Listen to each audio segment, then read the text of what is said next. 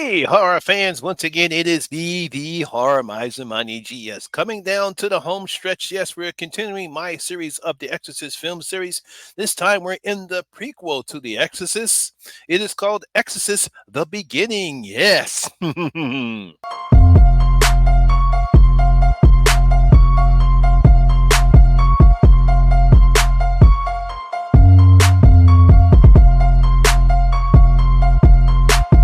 Don't fuck with them hoes. Now, Exorcist: The Beginning is a 2004 American supernatural horror film. It was directed by Rennie Harlin, written by Alexa Harley, based upon the characters by William Peter Blatty. Now, the film stars Stellan Skarsgård.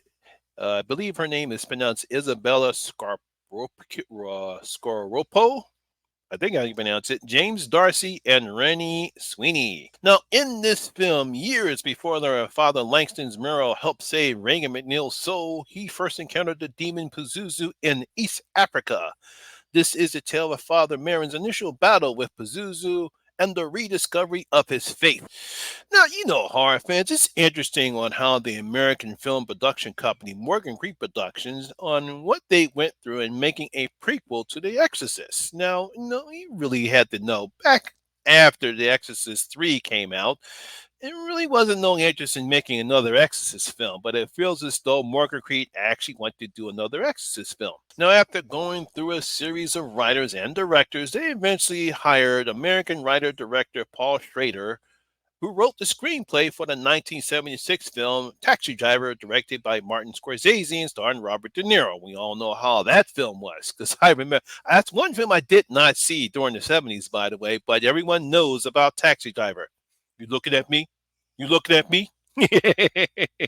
Now, however, after the filming was completed, the studio felt the film wasn't scary or gory enough. It's like, dude, what are you doing? This is not an Exorcist film. It's not scary and gory. It's like you got to make some changes here. However, Paul refused to make any changes to the film, so the studio eventually fired him, and they brought in Rennie Harlin along with film writer Alexa Harley to make changes to the type of film that they wanted. They did a lot of rewrites, actually recast the film as well. I think only Stellan Skarsgård was the only one that they kept in the role of Father Marin. Everyone else got recast. Hence, this is why there are two versions of this film. You have the version that Paul Schrader made that was called Dominion, prequel to The Exorcist, and then the one that got released in theaters first, Exorcist: The Beginning. Now, in Harlan's film, we see a young Father Marin, Lancaster Marin, in Cairo, Egypt, in 1949, who's lost his faith. Oh, poor Father Marin. Well, actually, Mr. Marin at this time right now. He is convinced to go on an excavation site in Kenya where a Bernstein era church has been found. Now, the people who hire Marin want him to recover an ancient relic that they believe is located there that is a pot that has possibly dynamic in nature. Uh-oh. See what happens when you mess with stuff you shouldn't be messing with. Now, this will lead Marin down the dark path of evil where he can either restore his faith or lose his soul for eternity. That's kind of basically what the film is about. Not very simple plot here. Now, what's amazing about this, and I stated earlier, at the time when this was released, no one's really interested in another Exorcist film. Like I said before, after Exorcist 3, no one was really interested in seeing it. They all felt that at the time that The Exorcist 3 was the final film in the franchise. Yeah, because everyone felt as though The Exorcist was enough, and at the time, no one was interested in seeing a remake of one of the scariest films of all time. Because at that time we were getting into the remake phase, and everyone says you cannot remake The Exorcist. No way in the world. You're not going to do it. You're not going to insult that film. I guess that's why filmmakers in Morgan Creek decided to go with the prequel route, focusing on Father Marin and his backstory, because we really didn't know that much about Father Marin, either in the novel or in the films. Now, I really don't have a problem with this direction, as Father Marin is a very interesting character, and it'd be great to see his backstory.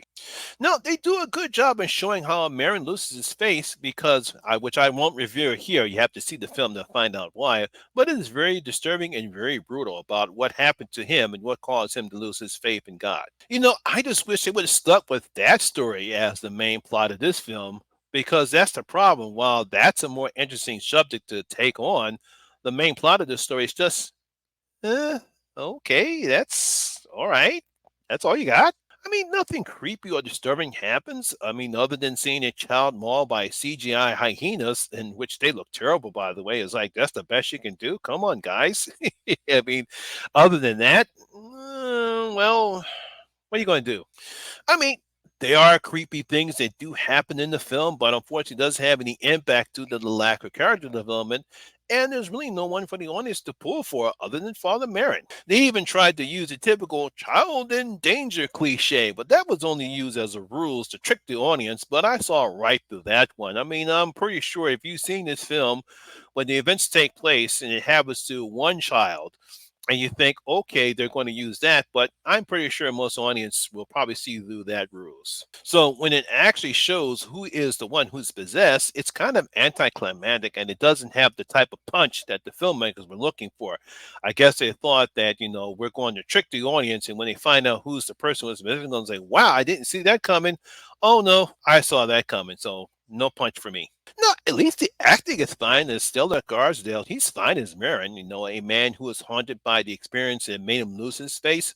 But then we show the determination and his strength and his will when he regains them. So no, Stellan does a pretty good job in broadcasting Marin. Now, what's funny is that they initially wanted Liam Neeson for this role. Just imagine Liam Neeson in this role.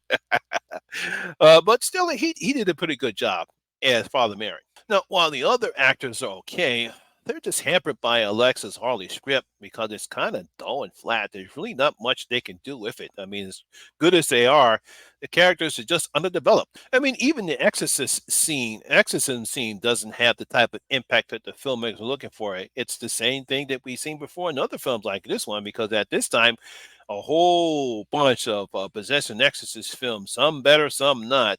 And when we get to see that in the third act, it's nothing that we haven't seen before. Yeah, the person does their typical thing with the crazy walking and the cursing and all the other stuff like that, and the temptation that the person does to Father Marin. But we've seen all this before. And again, that's because there's no character buildup, nothing to raise the stakes that make the audience care to what is happening to the characters in this film, but especially to the person who's possessed. It's not like when we cared about when we saw Reagan, or what we saw in Exorcist 3, what was happening in the Father Karras. This one here, we simply just don't care. Now, while this is a letdown for the third film, it's way better than The Exorcist 2, The Heretic. This one is just Now, while we going the other version, Dominion prequel to The Exorcist, which I will not review because it's kind of follows a similar premise. It does take a different route on the person who is possessed, and he and Marion have a battle of wills, but it's kind of basically the same plot.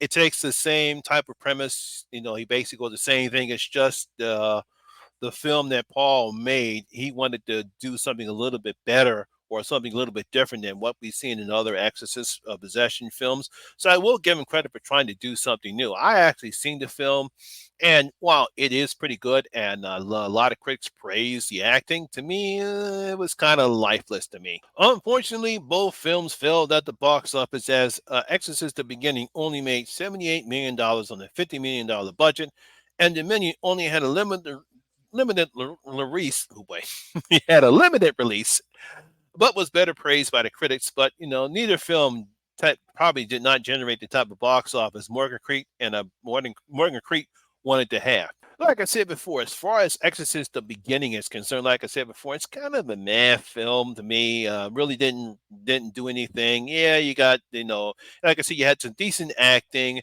some somewhat creepy moments, but like I said before, it's just a meh film. So if I were to if I would actually grade this film, it would only get 2 out of my 5 bloody gold coins. Like I said, way better than Exorcist 2: The Heretic, but it's just a letdown.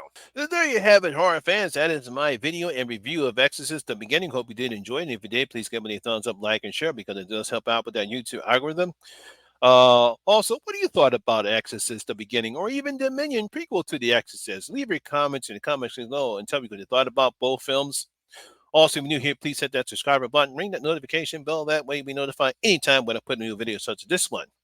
Hopefully, I should have my review of Exorcist Believer up by tomorrow. Try to get that back up as quickly as I can. So that will be my conclusion of the Exorcist film series.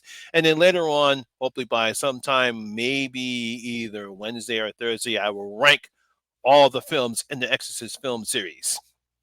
Once again, my name is Lamont Smith, better known as a horror miser, Monty G, and always remember that horror rules. And I see you in my next video. You guys stay safe out there.